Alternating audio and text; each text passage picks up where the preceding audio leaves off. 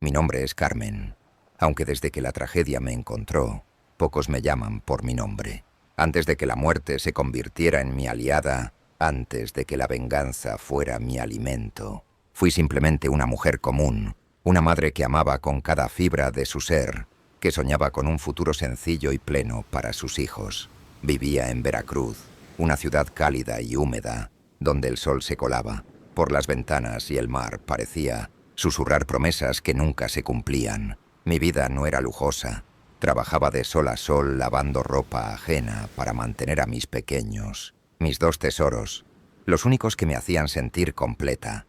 Mi esposo me había abandonado por una mujer más joven, una mujer que no conocía el sacrificio ni el amor que uno puede sentir por sus hijos. Al principio sentí odio, resentimiento, rabia. Luego simplemente aprendí a ignorarlo. Él se fue y me dejó con un vacío que solo el amor maternal podía llenar. Cada día, desde que abría los ojos hasta que caía la noche, luchaba por que mis hijos tuvieran algo que yo no tuve. Seguridad, educación, felicidad. Los veía crecer y me asombraba de lo buenos que eran, de su curiosidad, de su honestidad. Mi hijo mayor, un joven de sonrisa amplia y ojos vivos, soñaba con ser ingeniero. Se pasaba horas frente a sus libros, construyendo maquetas y resolviendo problemas que yo no entendía, pero que admiraba profundamente. Mi hija menor era un espíritu alegre, con un corazón tan grande que parecía no caber en su pequeño cuerpo. Siempre ayudaba a los demás, a los vecinos, a los animales de la calle. Sus notas eran perfectas, su curiosidad infinita, y sus planes de futuro me llenaban de orgullo y de esperanza. Cada logro, cada sonrisa, cada palabra de amor que me dirigían era un recordatorio de que mi vida había valido la pena, de que el abandono de su padre no había roto nuestro mundo. Recuerdo las tardes que pasábamos juntos, después de lavar la ropa, cuando nos sentábamos en la pequeña terraza de nuestra casa. El olor del mar mezclado con la humedad del barrio nos envolvía, mientras mis hijos contaban sus sueños y yo escuchaba, con el corazón latiendo tan fuerte que temía que se escuchara desde lejos. Mi hija quería estudiar medicina, quería curar a quienes nadie veía, quería salvar vidas. Mi hijo hablaba de máquinas y proyectos, de construir algo que cambiara el mundo. Y yo los veía, tan inocentes, tan puros, y me sentía completa, aunque el mundo hubiera sido injusto conmigo. Pero todo cambió aquella noche que jamás podré olvidar. La mafia que nadie nombra vino por ellos. Nadie sabe por qué, y yo tampoco lo entendí. Entraron en silencio, porque la violencia nunca necesita hacer ruido. Recuerdo los gritos, los disparos, las risas horribles de quienes solo buscan sembrar miedo. Mis hijos que apenas conocían la maldad, que confiaban en la gente, que creían que el mundo podía ser justo, fueron arrancados de mi lado. Y yo, Carmen, la madre que había dado todo por ellos, no pude hacer nada. Solo pude llorar, abrazar su ropa, sus juguetes, sus mochilas todavía intactas, y sentir cómo algo dentro de mí se rompía para siempre. Durante semanas, el dolor fue una marea que me arrastraba sin piedad. No dormía, no comía, no hablaba. La gente del barrio me miraba con pena, con miedo, y yo apenas podía mirarme al espejo. Cada reflejo me devolvía una mujer rota, marcada por la pérdida, consumida por una rabia que ni siquiera sabía cómo canalizar. Mis recuerdos eran mi único refugio. La risa de mis hijos en la playa, la manera en que discutían por un helado, sus abrazos llenos de confianza. Cada uno de esos momentos ahora ardía en mi pecho como fuego, recordándome que había alguien a quien vengar, alguien que debía pagar por el crimen más cruel, arrebatarme a mis hijos. Y así, entre lágrimas y recuerdos, nació una semilla oscura dentro de mí. Una semilla que sabía que el mundo no me daría justicia, que la policía no movería un dedo, que el dinero y el poder de los malvados siempre triunfarían sobre la vida de los inocentes. Esa semilla creció con cada noche en vela, con cada suspiro ahogado, hasta que supe que debía buscar un poder que fuera más fuerte que el miedo, más poderoso que el dolor, un poder que me permitiría reclamar lo que me habían quitado y destruir a quienes creían estar intocables. Mi vida en Veracruz, con su calor, su mar, sus calles llenas de vida y mis recuerdos de hijos felices, quedó atrás. Lo que quedaba era Carmen, la madre rota, la mujer que aprendería a caminar en la oscuridad, que comenzaría a buscar respuestas en los lugares más prohibidos y que descubriría que a veces la justicia humana es insuficiente y que solo la muerte puede equilibrar la balanza. Después de la tragedia, mis días eran una sucesión de sombras y recuerdos que me devoraban. La vida cotidiana en Veracruz había quedado atrás y mi corazón, roto, solo latía por un nombre: Diego. El sicario que había arrebatado a mis hijos se paseaba libre, sin temor, riéndose de todo lo que yo había perdido. Lo veía en mis pesadillas, entre el humo de la ciudad, siempre con la misma sonrisa cruel, la misma indiferencia ante la vida humana. La rabia creció dentro de mí y su sola existencia se convirtió en un recordatorio de que el mundo es injusto y que nadie más podía castigar su maldad. Solo yo. Comencé a indagar en la brujería de manera cautelosa, primero con libros antiguos que conseguí en mercados de pulgas, polvorientos y llenos de notas en los márgenes. Después, con pequeños rituales en la soledad de mi casa, encendía velas negras y dibujaba símbolos que parecían rasgar el aire. Al principio no sentí nada, solo el olor a cera y hierbas quemadas y la sensación de que el mundo estaba aún demasiado lejos de mis manos para poder controlarlo. Pero no me detuve. Cada noche era una práctica, cada gesto un aprendizaje, cada invocación un paso hacia algo más grande, algo que pudiera equilibrar la balanza que la vida me había roto. Un día, en una tienda que parecía olvidada por el tiempo, encontré la estatua que cambiaría mi destino. Era una figura de la Santa Muerte, pequeña y austera, con su túnica negra y su guadaña, pero con un aura que parecía irradiar poder. La compré sin dudarlo, como si una fuerza invisible me empujara hacia ella. La coloqué en mi altar improvisado, le encendí velas, le ofrecí agua, comida simbólica, incienso. Comencé a rezarle, susurrando mis deseos de justicia, mi rabia contenida, mi hambre de venganza. Cada palabra era un recordatorio de lo que había perdido y de lo que estaba dispuesta a hacer para conseguir lo que el mundo me había negado. Pasaron meses. No fue algo que sucediera de inmediato. Aprendí a mover las sombras a mi alrededor, a sentir los latidos de quienes habían lastimado a otros, a invocar el miedo antes de que la muerte llegara. Pero todo cambió una noche que jamás olvidaré. La habitación estaba llena de humo, el olor de la cera quemada mezclado con hierbas, y yo estaba sola, frente a la estatua. De repente la imagen comenzó a temblar. Sus ojos parecían mirarme con vida propia, y entonces se derritió ante mis ojos. La cera negra se derramó sobre mis manos, fría, viscosa, pegajosa, y en el instante en que la toqué, sentí un fuego que no ardía en mi piel, sino en lo más profundo de mi alma. Mi cuerpo cambió. No fue gradual. Me sentí transformada, grotesca, poderosa, llena de rabia y de fuego.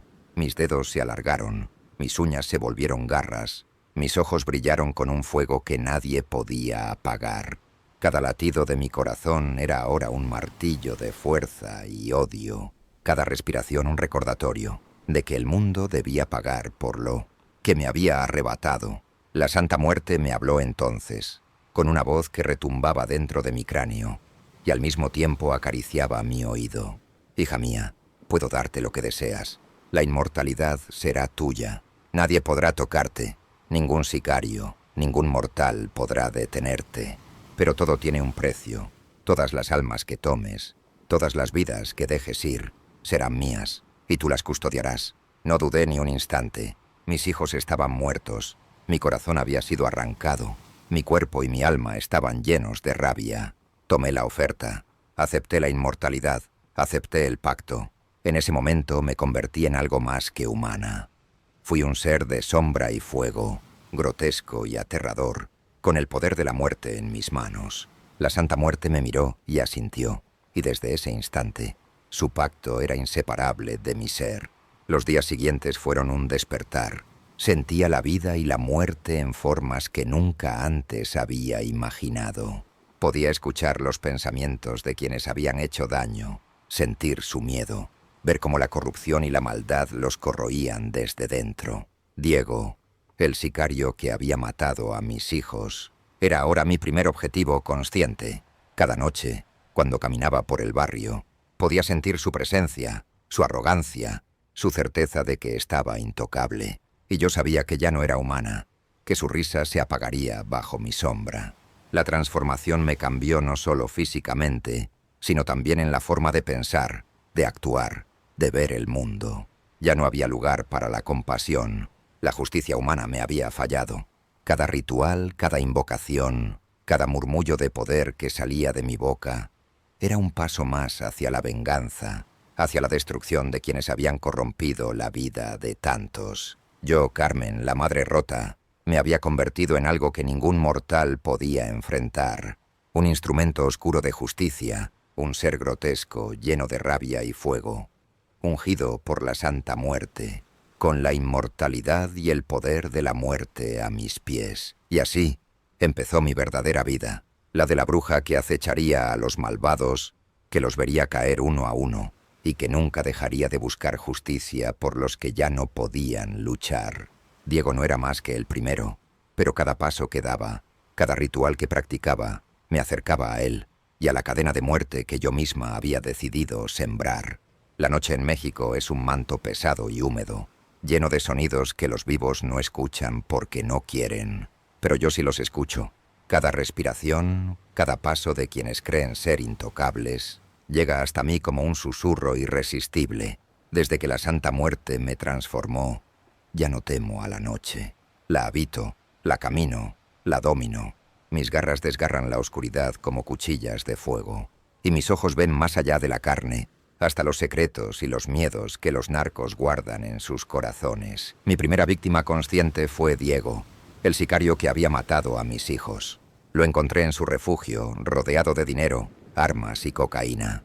Creía que estaba seguro, que su impunidad era eterna, que la justicia humana nunca llegaría. Pero yo no soy justicia humana, yo soy la tormenta que nadie espera. Entré sin ruido, como sombra que se desliza entre las paredes, y él ni siquiera tuvo tiempo de levantar la mirada. Mis garras atravesaron su pecho, y sentí como su corazón palpitaba con terror mientras arrancaba su sangre con mis manos. Cada órgano que tomaba no era solo venganza, era un ritual de equilibrio, un recordatorio de que la vida que él había destruido se cobraba en forma de horror. Sus gritos se mezclaban con el silbido del viento y los ecos de su propia maldad. Y en esa agonía sentí que mis hijos me miraban, como si su espíritu estuviera ahí, observando cómo la bruja vengadora reclamaba lo que era suyo. No me detuve allí. La ciudad estaba infestada de depredadores disfrazados de hombres respetables, narcos, tratantes, torturadores. Cada uno de ellos había aprendido a ignorar la vida, a manipular, a explotar, y todos pensaban que eran invisibles, intocables. Pero yo los veía. Podía sentir sus crímenes, sus secretos más oscuros, su miedo oculto bajo la arrogancia. Cada noche me convertía en un huracán de terror. Mis rituales eran cada vez más elaborados, invocaciones de sombras que los rodeaban, fuego que ardía en lugares imposibles, gritos de espíritus que los asfixiaban desde dentro. Sus aliados se volvían enemigos, sus balas no daban en mí, sus escondites se convertían en trampas mortales. Algunos los encontré en callejones, otros en lujosas mansiones que creían impenetrables. A cada uno les mostraba lo que era el miedo verdadero, lo que es ver cómo la muerte no es un accidente ni un castigo, sino un juego de quien domina la oscuridad. Les desgarraba la carne, veía cómo su sangre se mezclaba con la cera negra que aún impregnaba mis manos, desde la transformación, y sentía el fuego de la Santa Muerte ardiendo dentro de mí. Cada uno de ellos caía con el horror pintado en el rostro, y con cada caída, la ciudad respiraba un poco más tranquila, aunque nadie se atreviera a decirlo en voz alta. Con el tiempo, mi leyenda creció. Me llamaban la bruja de la noche, la sombra que arranca la vida de los malvados, la madre que vengaba a los inocentes. Pero no me movía la fama ni el terror que sembraba. Me movía algo más profundo, la memoria de mis hijos, el recuerdo de sus risas, de sus planes, de sus sueños truncados. Cada acto de venganza era un puente hacia ellos, un eco de lo que nunca más podría abrazar. Y entonces, un día comprendí que mi tarea no era solo la venganza personal, Vi a otras madres, mujeres rotas como yo, que lloraban a sus hijos perdidos, víctimas de la misma mafia, de los mismos monstruos. Me convertí en algo más que una asesina. Me transformé en un símbolo, en un faro para quienes habían perdido todo. Comencé a acudir a ellas, a guiarlas, a enseñarles que no estaban solas, que la rabia y el dolor podían transformarse en fuerza. Las reunía en rituales silenciosos, donde la Santa Muerte nos escuchaba y nos daba poder. Les enseñaba que podían protegerse, que podían reclamar justicia, que la muerte de quienes nos habían arrebatado a nuestros hijos no podía quedar impune. Así recorrí México, de norte a sur, acechando a quienes la vida había corrompido, llevando la oscuridad sobre aquellos que no conocían el respeto por la inocencia. No hubo barrio seguro, no hubo calles sin sombras, no hubo hogar que pudiera ocultar a los culpables. Cada grito, cada caída, cada alma entregada a la Santa Muerte era un paso más hacia la justicia que la humanidad había olvidado.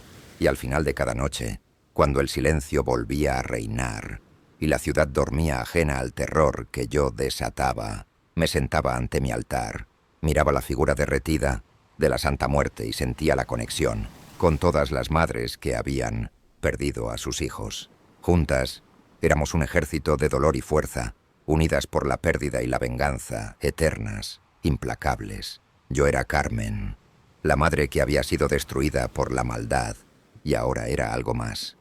La bruja que limpiaba la ciudad de monstruos, la guardiana de todas las almas que la mafia había destrozado, la sombra que recorría México en busca de justicia donde los vivos habían fallado. Relato número 2. La criatura del metro. Mi nombre es Valeria, y nunca debí haber bajado a la estación esa noche.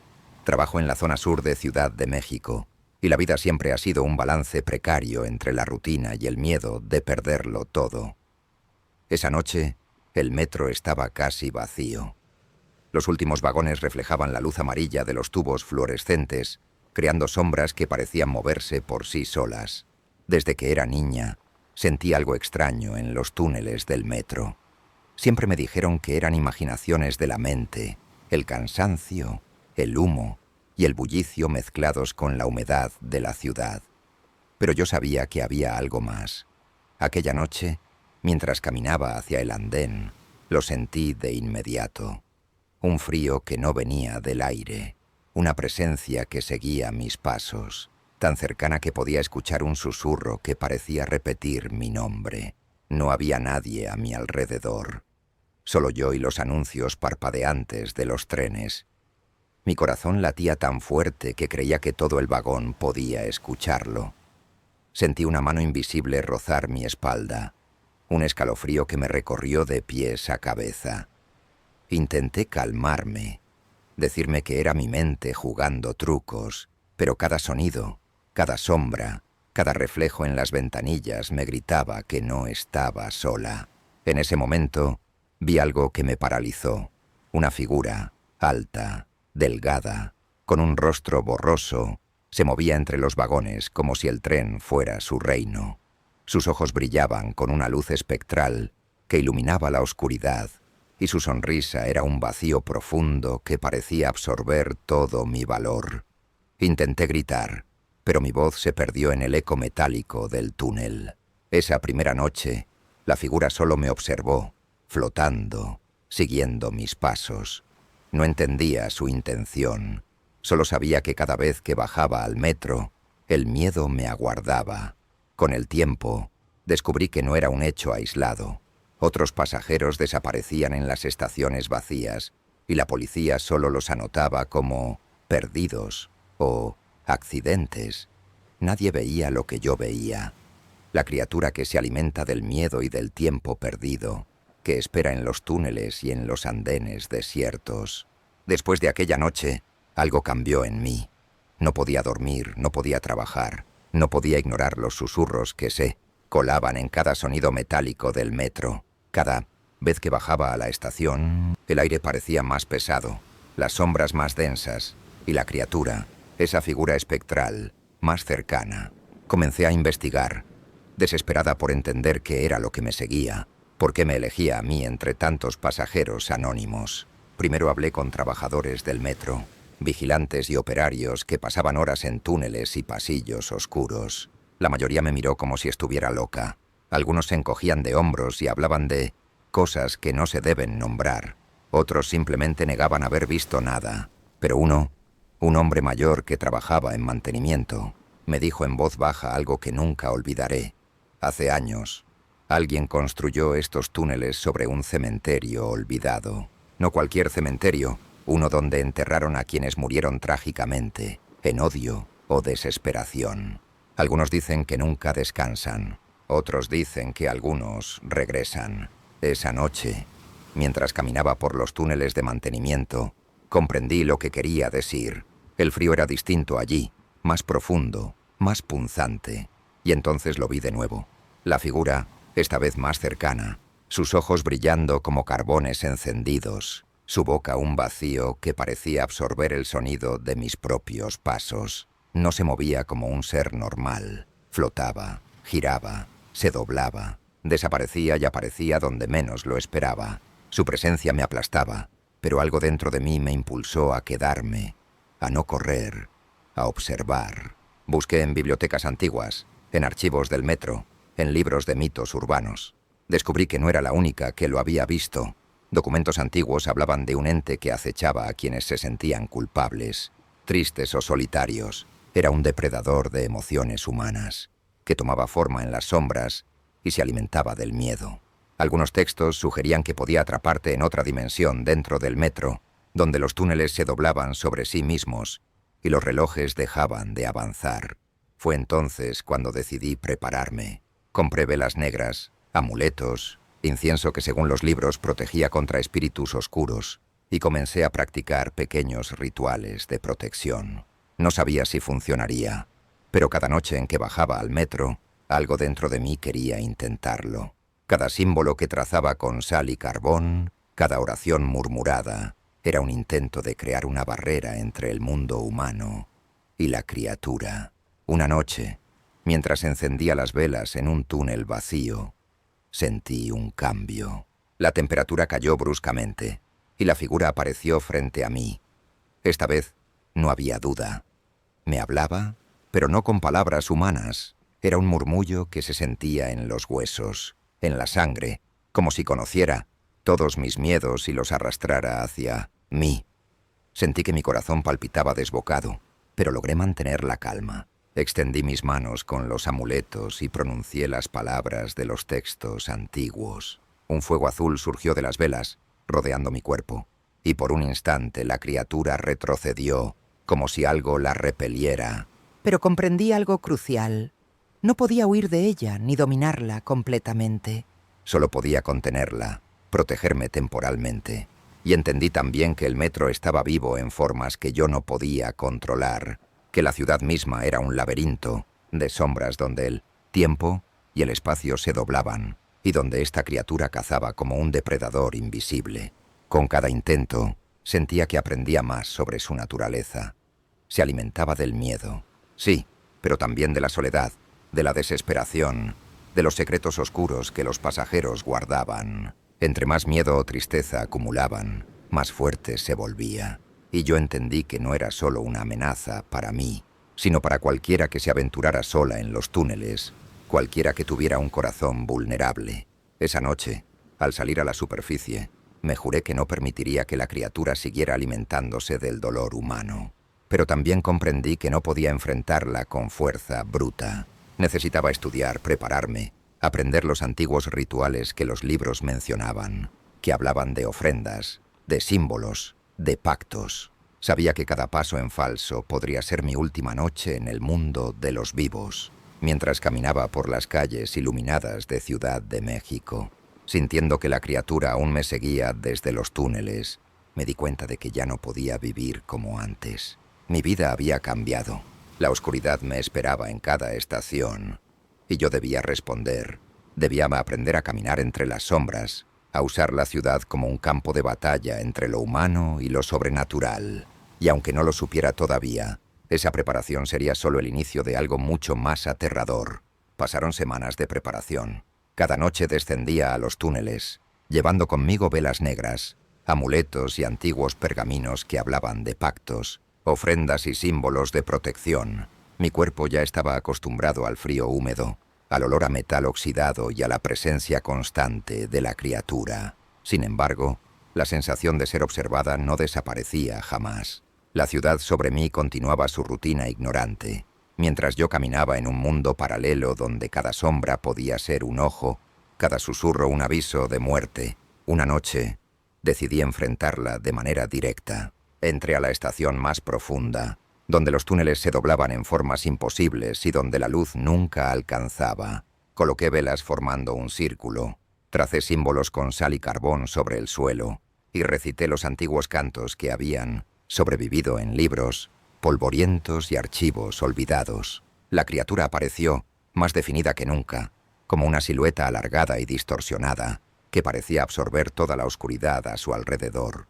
Sus ojos brillaban con un fuego helado, y su boca era un vacío infinito que susurraba los secretos más dolorosos que guardaba mi alma. No había marcha atrás. Extendí mis brazos con los amuletos y las palabras resonaron en mis labios con un eco que llenaba todo el túnel. Por primera vez sentí que el tiempo se detenía. Los rieles parecían alargarse infinitamente. Los andenes desaparecían y la ciudad quedaba suspendida entre la realidad y la pesadilla. La criatura avanzó hacia mí con una velocidad imposible y por un instante pensé que sería devorada. Pero el fuego azul de mis velas creció, envolviéndome, y por primera vez nos vimos cara a cara, dos fuerzas enfrentadas en un mundo que solo existía para nosotros. Comenzó el ritual. Cada palabra que pronunciaba era un clavo en la carne del espectro, y cada símbolo que trazaba era un muro que lo contenía. Sentí que mis fuerzas flaqueaban, que la criatura buscaba entrar en mi mente, recordándome mis peores recuerdos, mis momentos de soledad, mi miedo más profundo. Susurraba los nombres de personas desaparecidas, de pasajeros que nunca volvieron a casa, mezclando sus gritos con mi propio terror. Pero no cedí. Recordé cada paso de mi vida, cada injusticia que había visto, cada lágrima que había derramado, y la convertí en fuerza. Finalmente logré encerrar a la criatura en el círculo. Sus gritos resonaban como un terremoto, y por un instante pensé que todo se derrumbaría a mi alrededor. Entonces, con una última invocación, la absorbí hacia el centro del círculo. Vi cómo su cuerpo espectral se retorcía, cómo sus ojos ardían y luego se apagaban, y en ese instante comprendí algo aterrador. No lo había destruido, solo lo había contenido. Sabía que siempre estaría allí, esperando una rendija, una grieta en mi concentración. Pero al menos, por ahora, la ciudad estaba a salvo. Al salir del túnel, la luz de la Ciudad de México me golpeó como si despertara de un sueño febril. Las calles parecían tranquilas, las voces de la gente parecían lejanas, indiferentes, pero yo sabía que la oscuridad seguía viva debajo de sus pies, acechando, esperando, y comprendí que mi vida había cambiado para siempre. No podía volver a ser la mujer que bajaba al metro con miedo. Ahora era alguien que conocía la verdad, alguien que había caminado en las sombras y sobrevivido. Con el tiempo me di cuenta de que no estaba sola. Había otras personas como yo, que sentían los susurros del metro y el peso de la ciudad invisible. Comencé a ayudar a quienes tenían miedo, a enseñarles los rituales que me protegieron, a guiarlos en la preparación para lo que acechaba en la penumbra. Cada noche descendía nuevamente, no solo para protegerme, sino para mantener el equilibrio, para asegurarme de que la criatura no reclamara más víctimas. La ciudad continuaba su rutina, ignorante del horror que dormía bajo sus pies, pero yo ya no era la misma. Valeria, la mujer que bajaba al metro por necesidad, había muerto. En su lugar estaba la vigilante, la que caminaba entre sombras, la que había visto el abismo y había sobrevivido para contarlo. Y cada noche, mientras las luces del metro parpadeaban y los trenes cruzaban los túneles interminables, sabía que la ciudad respiraba tranquila, al menos por ahora, porque yo estaba allí, y la sombra que acecha no volvería a moverse sin que yo lo supiera. Relato número 3. La muerte no lo detuvo. Mi nombre es Elena, y siempre pensé que la muerte podía traer alivio. Pensé que, al morir él, todo el dolor, los gritos, los golpes, desaparecerían. Pero estaba equivocada. La muerte no me liberó, solo cambió la forma en que el tormento me alcanzaba. Durante años mi vida había sido un infierno en casa. Él, mi esposo, un hombre de mirada fría y palabras afiladas, disfrutaba haciéndome sentir pequeña, inútil, atrapada. Sus golpes, sus insultos, sus amenazas eran constantes, y yo aprendí a aguantar, a callar, a justificar cada acto como un mal momento, como una enfermedad de su alma. Pero incluso en mis peores pesadillas, nunca imaginé que la muerte no sería suficiente para poner fin a su dominio.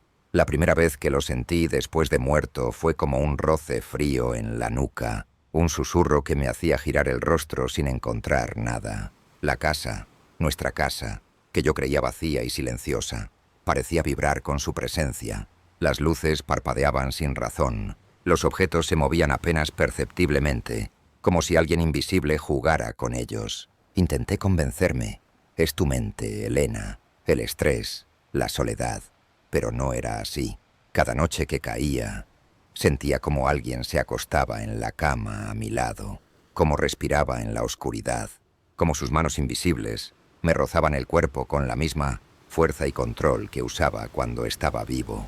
Mis vecinos no entendían por qué nunca sonaba el timbre, por qué siempre había un silencio mortal cuando entraban en la casa. No entendían que él había dejado más que recuerdos. Había dejado un rastro de odio que se negaba a desaparecer. La primera semana intenté dormir con luces encendidas, con música, con la televisión. Todo fue inútil. Su sombra se movía con cada parpadeo. Aparecía donde menos la esperaba. Me encontraba mirando el espejo y veía su rostro detrás del mío, sonriendo con una mezcla de burla y furia que me helaba la sangre. Intenté salir de la ciudad, cambiar de casa, esconderme, pero no importaba a dónde fuera. Él siempre estaba allí. El maltrato había terminado en el plano físico. Sí, pero en el espiritual seguía vivo, acechando, enseñándome que la libertad era una ilusión. Cada noche, susurros, risas, golpes invisibles, objetos que caían de manera inexplicable, puertas que se cerraban de golpe. Mi mente comenzó a cuestionar su cordura. Mi cuerpo vivía en un estado constante de alerta, y mi corazón ya no sabía cómo latir sin miedo. Comprendí que había algo más profundo que el dolor físico que me había causado. Su muerte no solo no trajo alivio, liberó una versión más oscura de su alma, un espectro que alimentaba mi miedo, que encontraba fuerza en mi impotencia, y mientras la ciudad dormía, yo aprendí a vivir en un mundo donde la vida y la muerte se mezclaban, donde un hombre que debería haber sido polvo y recuerdo seguía dictando mi existencia. Después de semanas de noches sin dormir, comprendí que no podía enfrentar esto sola. Cada golpe invisible, cada susurro, cada sombra que se movía detrás de mí, me mostraba que su espíritu no solo estaba presente, sino que se estaba fortaleciendo con mi miedo. Su odio había trascendido la muerte, y mi terror se convirtió en su alimento.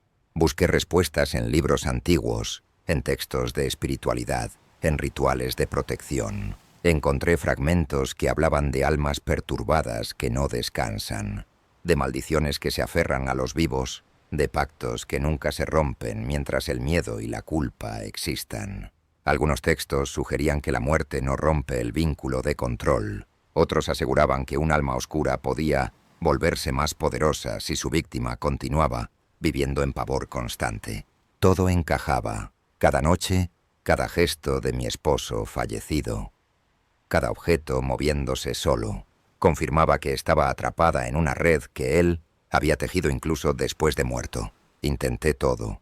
Encendía velas, colocaba sal en los umbrales, pronunciaba palabras de protección aprendidas en pergaminos polvorientos, y aún así sentía su presencia más cerca que nunca. Una noche, mientras colocaba amuletos alrededor de la cama, sentí como alguien se apoyaba en mi hombro. La presión era fría, pesada, y cuando giré mi rostro, vi su figura, etérea pero intensa, flotando sobre mí con los ojos encendidos en furia. No había palabras, solo un grito silencioso que me atravesó el pecho y un frío que parecía arrancarme el alma.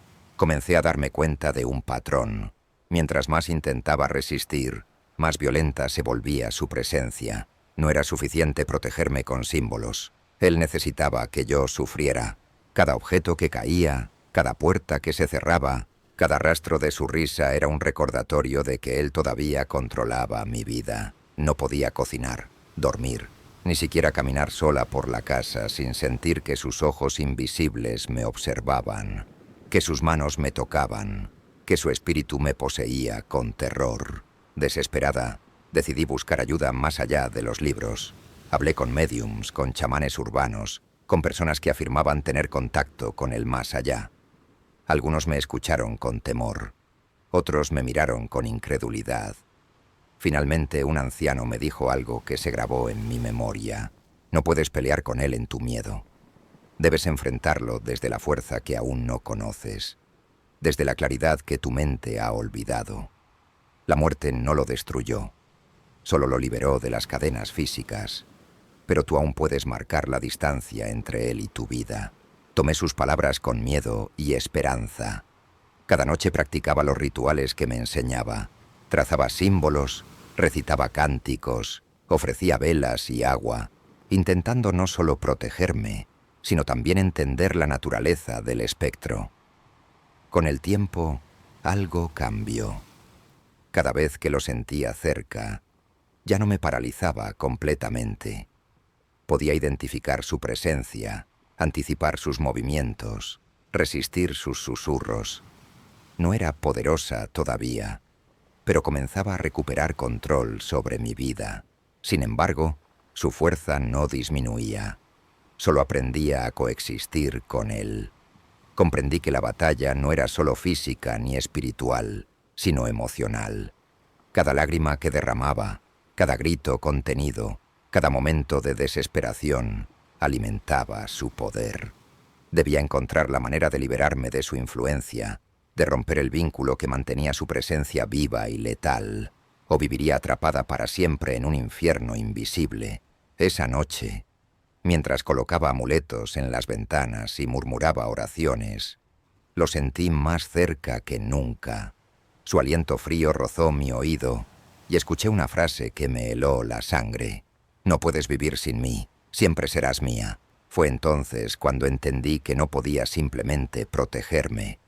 Debía actuar, debía enfrentarlo directamente, debía recorrer el camino más oscuro para romper su dominio y reclamar mi vida.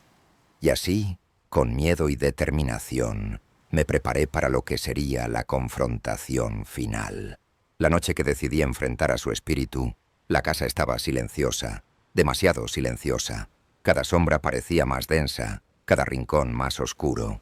Había colocado velas negras, círculos de sal y símbolos, antiguos que había aprendido en libros y de chamanes urbanos. Esta vez no era solo protección, era un enfrentamiento. Sabía que si fallaba, perdería más que la paz, perdería la vida misma, aunque ya no fuera un golpe físico, sino una tortura perpetua de su espíritu. Cuando la oscuridad se espesó, lo sentí acercarse. Su presencia era un muro de frío y odio que me rodeaba. Sus ojos espectrales brillaban en la penumbra, y su voz, un susurro que parecía retumbar en mi cabeza, me decía: «No puedes vivir sin mí, Helena, siempre serás mía». Respiré profundo y pronuncié los cánticos más potentes que había aprendido. Sentí un fuego recorrer mis venas, un calor extraño que no provenía de las velas, sino de mi propia fuerza de voluntad. La criatura chilló un sonido que era mezcla de furia y desesperación, y por primera vez percibí que mi resistencia le hacía daño. Sus manos invisibles golpeaban, empujaban, intentaban arrastrarme, pero mis amuletos brillaban con luz azulada, protegiéndome, conteniéndolo dentro de los círculos que había trazado. La batalla fue larga y agotadora. Sentí que mi mente temblaba, que mis recuerdos de los años de maltrato regresaban con intensidad, que la furia contenida dentro de mí se mezclaba con el terror que él provocaba. Cada golpe invisible, cada objeto que volaba, cada sombra que me rozaba, lo enfrentaba con un grito de voluntad y determinación. No solo estaba luchando contra un espíritu, estaba luchando contra todos los años de miedo, sumisión y dolor que él había sembrado en mí. Con cada ritual pronunciado, cada símbolo activado, sentí como su forma espectral se debilitaba. Sus ojos ardían con furia, su cuerpo se retorcía y su voz comenzó a quebrarse. Por primera vez, Lo vi como realmente era, un espectro del odio, un espíritu atrapado en la maldad que había cultivado en vida, dependiente de mi miedo para existir.